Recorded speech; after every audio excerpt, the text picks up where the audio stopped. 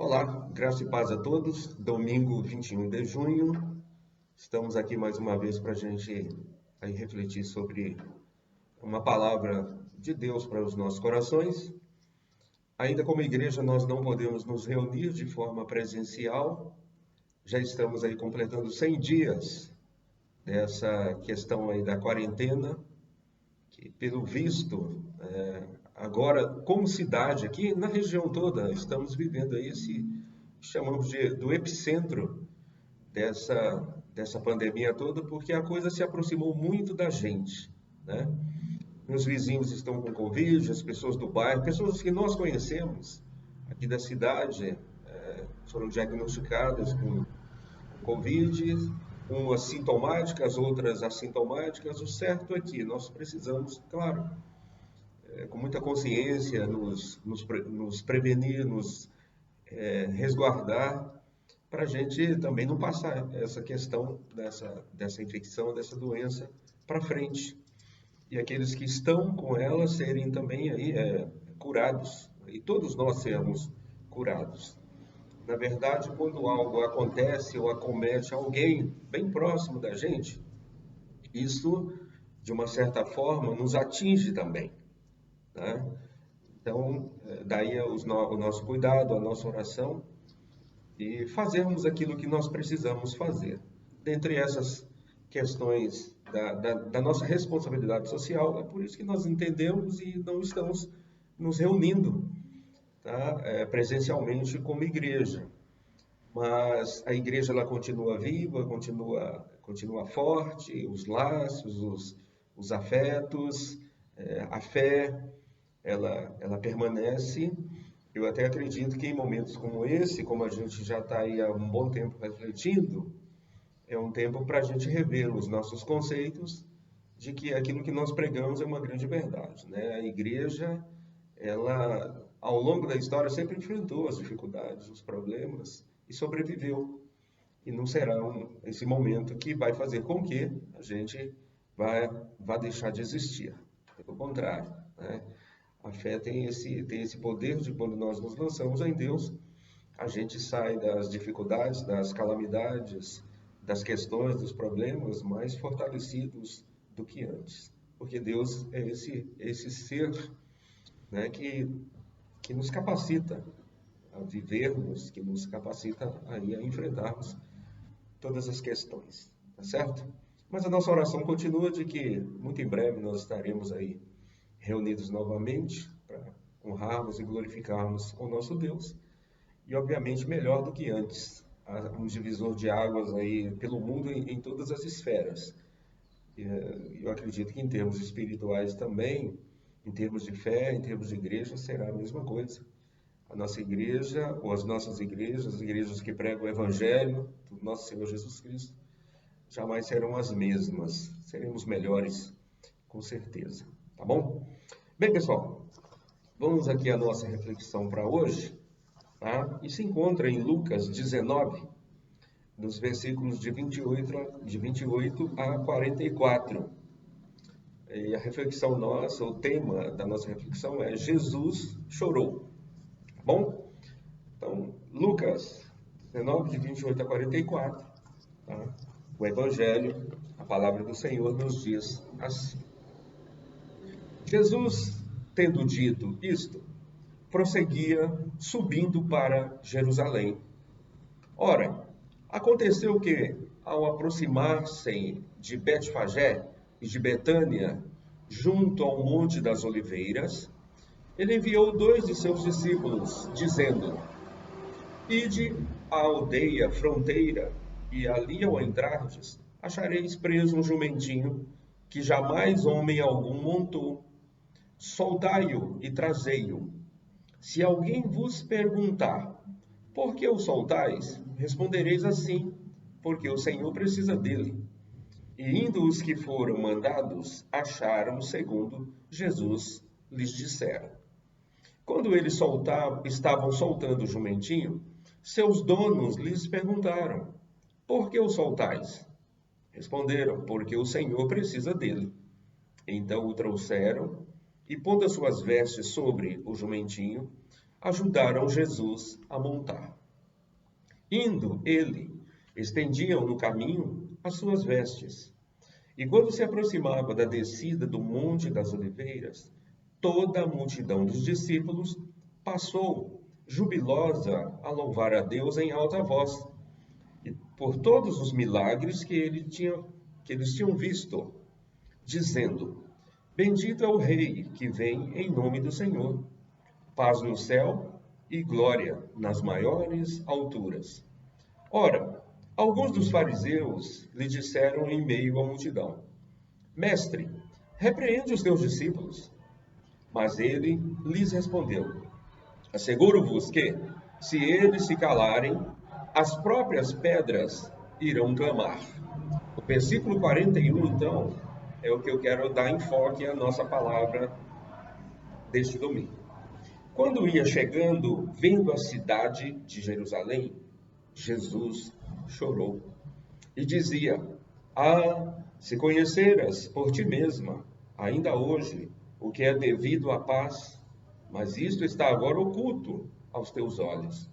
Pois sobre ti virão dias em que os teus inimigos te cercarão de trincheiras, e por todos os lados te apertarão o cerco, e te arrasarão, e aos teus filhos dentro de ti. Não deixarão em ti pedra sobre pedra, porque não reconheceste a oportunidade da sua visitação e salvação. Bem, o texto é um pouco longo, mas eu quis lê-lo todo, porque aqui nessa sequência, Jesus ele já vinha falando aos seus discípulos a respeito da sua crucificação, e ele precisava passar então a responsabilidade da missão ao qual ele veio realizar aqui na terra a alguém, e lógico, para os seus discípulos. E ele estava aqui então alertando-os sobre essa responsabilidade. Jesus precisava passar então o bastão adiante, e ele estava muito apreensivo, muito triste com a religião de outrora, porque eles não entenderam a missão para a qual Jesus veio. Jesus não veio fundar religião nenhuma, Jesus veio salvar-nos e deixar o seu exemplo de vida para que nós pudéssemos seguir. E eles não tinham e não estavam entendendo isso. É por isso que no versículo 28 diz assim, né? E Jesus dito isto, ele estava dizendo isto a eles, preparando-os para que eles fossem pessoas iguais a ele, com as atitudes dele. Então, e tendo dito isso, diz o versículo 28, Jesus prosseguia subindo para Jerusalém. E nós sabemos que Jesus ele estava indo para Jerusalém, isso é histórico, ele estava indo para morrer, ele estava indo para ser crucificado. Monte das Oliveiras, todo o cenário ali, inclusive o Getsêmani, que é uma parte ali muito bonita, que é um jardim que fica no Monte das Oliveiras, foi ali o palco da agonia de Jesus, nesses últimos dias, dessa angústia, desse choro, desse lamento de Jesus, em ver como estavam as pessoas, especialmente aqueles que tinham recebido a promessa, e eles não aproveitaram em momento nenhum essa promessa de Jesus. Então, o contexto todo fala um pouco sobre isso. Agora, o versículo 41, que eu li aqui, que destaquei, em que Jesus, em chegando próximo à cidade, mesmo havendo toda aquela festa em torno dele, ele parou ali sobre o monte de Jerusalém e, olhando para a cidade, ele chorou. Confesso a você que me ouve, que ao ler o texto, aqui, eu também me emocionei muito, porque nós precisamos olhar para a Bíblia e ler a Bíblia e ver todo o seu contexto, mas toda a Bíblia, em todo o seu contexto, as lições em aplicação é para mim e para você que está me ouvindo. É para a igreja, é para a comunidade e, na verdade, para todos nós. E eu me emocionei muito porque eu imagino ali, fiquei imaginando naquele momento ali, Jesus montado sobre o seu jumentinho, no Monte das Oliveiras, ele que é Deus, que é Rei, que é sacerdote, que é profeta, porque em Jesus se encarna todas essas coisas. Jesus como Salvador, Jesus como aquele que veio pregar o Evangelho, trazer uma boa notícia, trazer uma palavra que pode e que poderia modificar, né, estruturalmente, essencialmente a vida daquele povo que se chamava seu povo, e não foi isso que aconteceu, então Jesus chorou. E assim, eu fiquei pensando, Jesus olhando para Jerusalém, e a minha questão aqui, eu pude visualizar e olhar um pouco para a questão do nosso país, Brasil, para a questão da nossa cidade ou das nossas cidades. Eu fiquei visualizando um pouco em minha mente as famílias. Eu visualizei na minha mente as imagens que eu já tenho pré-concebida, as imagens da TV, mas não só as imagens da TV, as imagens de quando a gente sai aí pelas ruas e a gente vê as pessoas e por outros lugares por onde eu também já passei, olhando os nossos jovens, olhando as crianças, como era para ser tudo diferente. Era isso que passou na cabeça de Jesus, quando ele olhou para Jerusalém e viu Jerusalém. Além daquele momento de festa que eles estavam vivendo, o momento não era para festa, o momento era para chorar e para se lamentar. Ele disse: Ah, Jerusalém, se você soubesse, né, quantas vezes eu quis você, quantas vezes eu quis que houvesse paz, quantas vezes eu quis que vocês conhecessem o poder de Deus. Era para que vocês vivessem uma vida diferente, porque Jesus ele já tinha visto um pouco do passado, ele estava vendo o presente com olhos espirituais, mas Jesus estava vislumbrando o futuro, e o futuro de Jerusalém andando por aquele caminho pelo qual eles estavam andando e sendo conduzidos, não era nada promissor. É aqui que eu entro com a minha palavra. Jesus chorou, e quando eu olho para o nosso Brasil, olho para as nossas crianças, olho para os nossos jovens, ouço as notícias, como era para ser tudo diferente. Inclusive tem um texto lá em Lucas 34, Lucas 13, 34, Jesus diz assim: Ah, Jerusalém, Jerusalém, quantas vezes eu quis ajuntar você debaixo das minhas asas, como uma galinha junta os seus pintinhos e cuida deles, né, o tempo todo e traz alimento para eles. Então, essa é a aplicação, tá certo? Vamos prosseguir aqui que a gente vai assim absorvendo e entendendo melhor um pouco o porquê esse choro de Jesus. Olha só, Jesus era muito emotivo e cheio de compaixão. E aqui era a preocupação de Jesus em termos da religião da sua época e de seus discípulos também, porque ele queria que eles fossem também cheios de compaixão. Não é dó, tá? Jesus não teve dó de nós, Jesus não teve dó dos seus daquela época. Jesus ele teve compaixão. Dó é algo que nos faz muitas vezes ver alguém naquele estado, mas a gente não faz nada para que alguém saia daquele estado. Às vezes a gente até acha que a pessoa, o Brasil, o mundo está naquele estado porque merece. Não era essa a ideia.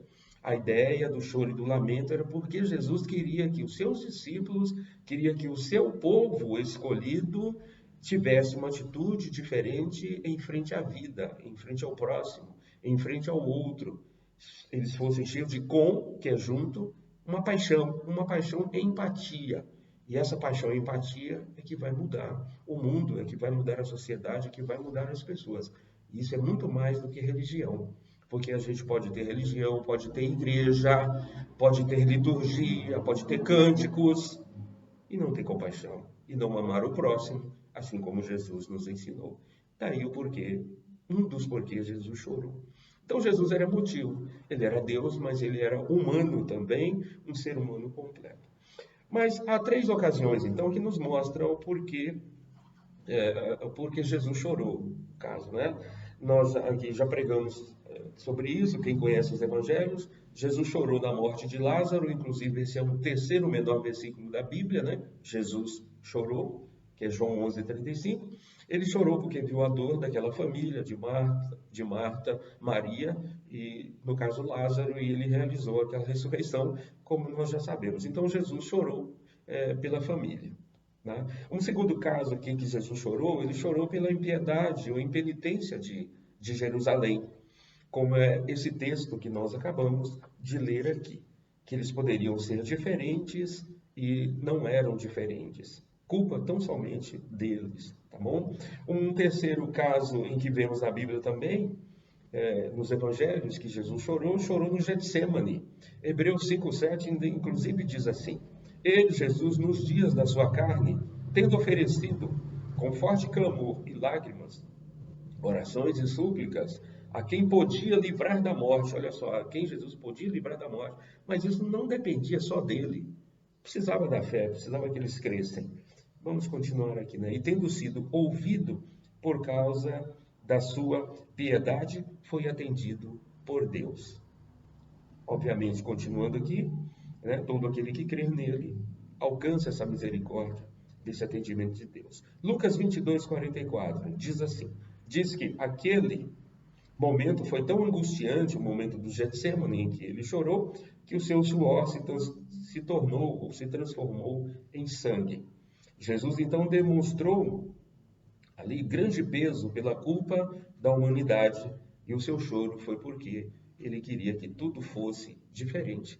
Assim como eu gostaria que fosse tão diferente o nosso país, a nossa cidade, os homens, os políticos, todos em geral, como pode ser tão diferente se olhassem tão somente e crescem em Jesus, tá?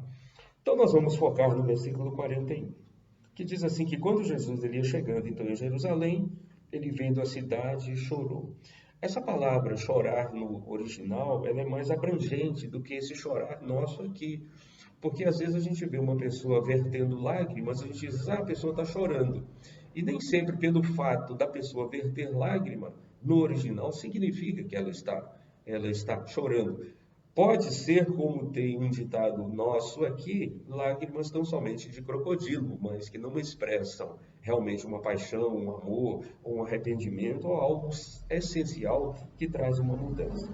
O choro de Jesus, então, era um choro de dor, de gemidos, de soluços, de lamento, algo que não passava tão somente por um consolo, porque Jesus ele estava totalmente voltado para a questão do ser humano. Por isso, o choro dele era um choro realmente de dentro, um choro para que aqueles que vissem, e agora que nós estamos pregando aqui, falando sobre o choro de Jesus, fosse um choro de transformação e que nos motivasse e que nos emotivasse também a querer ter um choro como o de Jesus, para que o choro dele valesse a pena de verdade. Tudo em que Deus ou Jesus fazia tinha um propósito, e no choro também havia um propósito. É isso que eu quero que nós entendamos. Continuemos aqui. Jesus, então, próximo da sua crucificação, dali no Monte das Oliveiras, ele olhou para todos os lados da cidade. E para todos os lados da cidade onde ele olhou para trás e viu que eles haviam, e outras cidades também, desperdiçado a oportunidade da sua presença, eles mudar a vida. E isso é muito triste quando se olha assim. Muitos aproveitaram, mas o choro de Jesus é que justamente aqueles que deveriam aproveitar, que era da religião, que era da sua pátria, que era da sua cidade, a maioria não aproveitou. E ele gostaria que eles aproveitassem. Jesus, então, olhando para frente, porque ele estava no Monte das Oliveiras, ele olhou para trás, nós já destacamos, passado, mas ele olhou ainda para frente, ele olhou para Jerusalém e ele viu o templo. Ele virou e o templo havia virado um lugar de câmbio da fé. Olha só, um lugar de câmbio da fé, um lugar de manipulação humana, que eles, inclusive, em nome de Deus, matavam as pessoas. E Jesus, como profeta, sabia que eles, olha só que absurdo, em nome de Deus, em nome da religião, iria matá-los também. Havia religiosidade demais, mas não havia espiritualidade. E eu, quando olhei para isso, eu me emocionei e chorei também. Sabe por quê? Porque hoje, no nosso país, nas nossas cidades, o que mais tem são templos, permitam-me, expressão de religiosidade, mas sem acusar a ABC. Está faltando espiritualidade, está faltando fraternidade, está faltando vida de Jesus nos nossos templos, está faltando o choro de Jesus dentro dos nossos templos, dentro dos nossos cultos, dentro daquilo que somos de verdade, porque o templo não é as paredes, não é o lugar. O templo de Deus somos nós, o templo de Deus sou eu e você, e Deus quer chorar em mim e em você, pelo povo dele, pelo país dele, e aqui eu foco pelo nosso Brasil. É isso aí. E Jesus olhando para o templo tinha virado um ambiente de comércio tão somente, de câmbio, de troca com Deus, de exigências para com Deus e jamais um lugar de arrependimento para que Deus pudesse agir em suas vidas e em seus corações. Jesus chorou quando olhou para Jerusalém e especialmente para o templo, que era o centro religioso. Tudo isso porque eles não reconheceram Jesus como Salvador, como Messias e Senhor.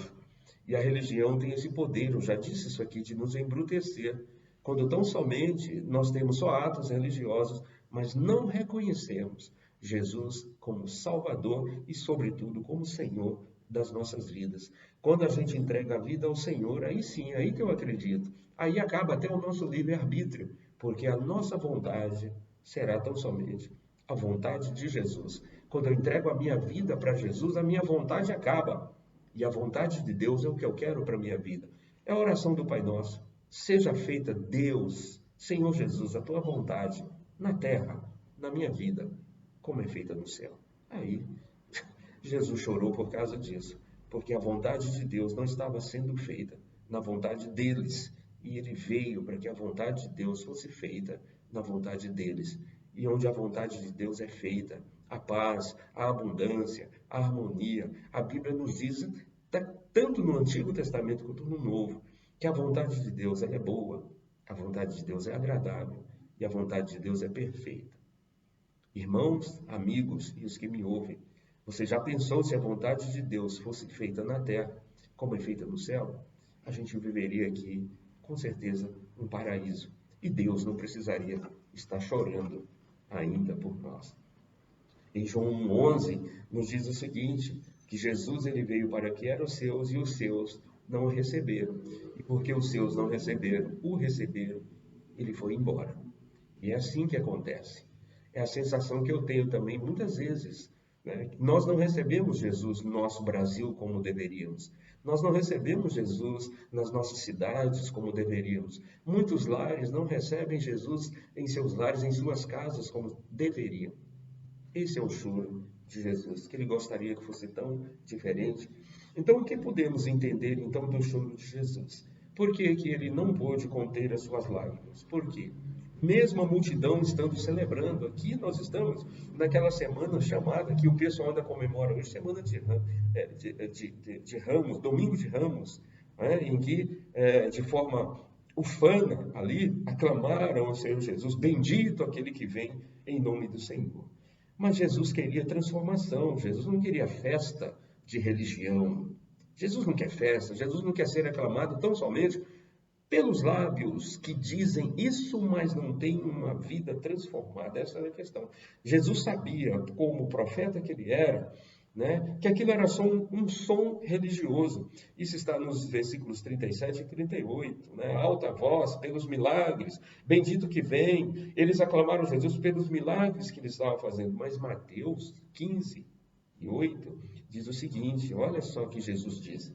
Este povo me honra com os lábios, mas o seu coração está longe de mim. Infelizmente, sabe, hoje, em muitas aberturas de Câmara Municipal, Estadual e Federal, infelizmente hoje, é para a gente pensar sobre isso. Infelizmente hoje, em muitas festas que são feitas pelo Brasil, se lê a Bíblia, se ora ou se reza o Pai Nosso, tá? Ou convida um religioso para pregar, para falar, mas as atitudes, no geral, não está condizendo com nada daquilo que tem sido pregado, falado, orado e cantado. Canções em nome de Jesus. É para pensar. Jesus chorou porque quer discípulos e ele não quer seguidores de multidão. Havia uma multidão imensa ali, gritando o nome de Jesus. Mas aquela mesma multidão que estava aplaudindo Jesus, pasmem, Jesus já sabia disso, seria a mesma multidão que louvava bonito, que cantava bonito, que iria abandoná-lo uma semana logo em seguida. E a mesma multidão que diz, bendito que vem em nome de Jesus, seria a multidão que iria gritar, e eles gritaram, crucifica-o, crucifica-o, crucifica-o. Esse Jesus nós não queremos mais, não nos serve mais. Solta Barrabás, mas Jesus crucifica. Por isso Jesus chorou. Outra coisa que, por que Jesus chorou também? Porque as lágrimas de Jesus sobrepujaram todos os outros sentimentos acontecidos em Jerusalém, palco religioso, palco assim do poder de Deus, de várias vitórias. A vida não pode, sabe, amigos e irmãos, viver de passado, a vida tem que ser vivida de presente. Jerusalém foi palco de grandes vitórias, mas no momento, e olhando no presente para o futuro, Jesus não estava vendo nada bom a respeito daquela cidade. E ele chorou. E aqui é a minha questão também, quando eu olho para o Brasil, dá um medo, dá um temor. Eu já tenho uma certa idade, mas eu fico pensando nos meus filhos que vão viver algum tempo ainda aqui. E meus netos, então? Será que não está na hora da gente chorar com Jesus e mudar de vida? Eu acredito que sim. Olha só, quando a gente diz que as lágrimas de Jesus sobrepujaram os momentos de alegria, de vitórias ali, veja só, Jerusalém foi palco de muitas glórias. As vitórias de Davi, o templo de Salomão, foi ali tempos de festas, de aclamação. Mesmo assim, Jesus chora. Mesmo assim, Jesus chora. Do templo, então, os discípulos disseram a respeito do templo: olha, Senhor, que templo maravilhoso. E Jesus disse assim: olha, não se enganem não, não ficará aqui pedra sobre pedra que não será derrubada. Então Jesus ele estava muito triste porque aquele povo estava construindo as suas vidas sobre bases não sólidas. E a base sólida que nós devemos construir a vida é sobre Jesus. Por isso que Jesus chorou sobre eles, sobre os filhos deles e sobre o futuro deles da próxima ou das próximas gerações. Ali já no território então da crucificação, Jesus naquele momento não está mais para a festa. Jesus chora pelo povo e por nós também. Jesus chora sobre todos os pecadores. Às vezes eu fico pensando sobre isso. Não está muito assim, sabe? Por tudo que a gente está vendo. Olha essa pandemia aí, olha só o Brasil como está, olha a corrupção, olha a fome no mundo. Ninguém pensa nas crianças que estão morrendo de fome pelo mundo e de outras doenças, etc. Sendo que nós temos o poder curador nas nossas mãos. Mas a tristeza toda é que o poder da corrupção, do dinheiro, da manipulação, da maldade, fala mais alto. Fala sério, é de chorar ou não é? Poderia ser tão diferente. Essa é a nossa fala. Jesus estava ali. Eu pensei na igreja também. Será que nós, como igreja, não está na hora da gente chorar mais também? Não é verdade? As lágrimas de Jesus nos revelam o coração de Deus. Ele é o Pai. E Ele e o Pai são um só. Se Jesus chorou, Deus também chorou. No Antigo Testamento encontramos vários textos que falam sobre o choro de Deus. Jeremias era um profeta, inclusive um representante de Deus, que chorava e muito, né, nas suas pregações, nas suas predileções, nas suas profecias. E como Jeremias profetizava e chorava, profetizava e chorava, profetizava e lamentava. Tanto que teve uma parte do seu livro que ele escreveu ali alguns capítulos só de lamentação. Tá? Depois ele revigorou a sua alma em Deus, dizendo: quero trazer à memória aquilo que pode me dar esperança. Mas Jeremias é um profeta que chorou muito. E eu acredito que nós precisamos também. Só queria, antes de terminar aqui, falando sobre Jeremias como um profeta que chorou bastante, Jeremias 33:3, quando Deus disse para Jeremias assim, enxugando as suas lágrimas: Jeremias, diga ao povo, clama a mim, e eu vou responder a vocês, eu vou anunciar a vocês coisas grandes, ocultas, mistérios e firmes que vocês não sabem. Porque assim diz eu, Deus, que tenho compaixão e misericórdia, o Senhor, o Deus de Israel, eu vou responder a vocês. Se vocês clamarem a mim, se arrependerem, me buscarem, eu vou responder a vocês. E esse é o nosso Deus. Eu quero terminar aqui, então, concluindo, para a gente não se delongar tanto, dizendo o seguinte: o choro efusivo de Jesus, que é o de Deus, certamente foi por causa da impiedade deles, do pecado deles, por causa da dureza do coração deles, porque eles não aproveitaram a oportunidade de salvação que Deus estava dando, nem a comunhão de viver uma vida diferente com Deus e serem tudo que Deus prometera na sua palavra que eles fossem. E a mesma palavra que Deus prometeu a eles, queridos irmãos ouvintes, é a mesma palavra para nós. O nosso Deus quer nos dar uma paz, um futuro e uma esperança para sempre.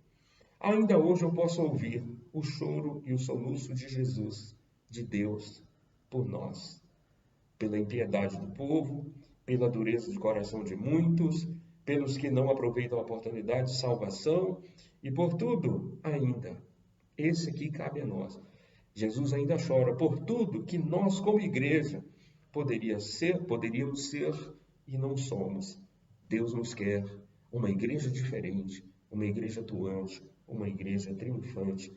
Deus ainda chora por nós. E a minha pergunta é: até quando Jesus, Deus, continuará chorando por minha causa e por sua causa?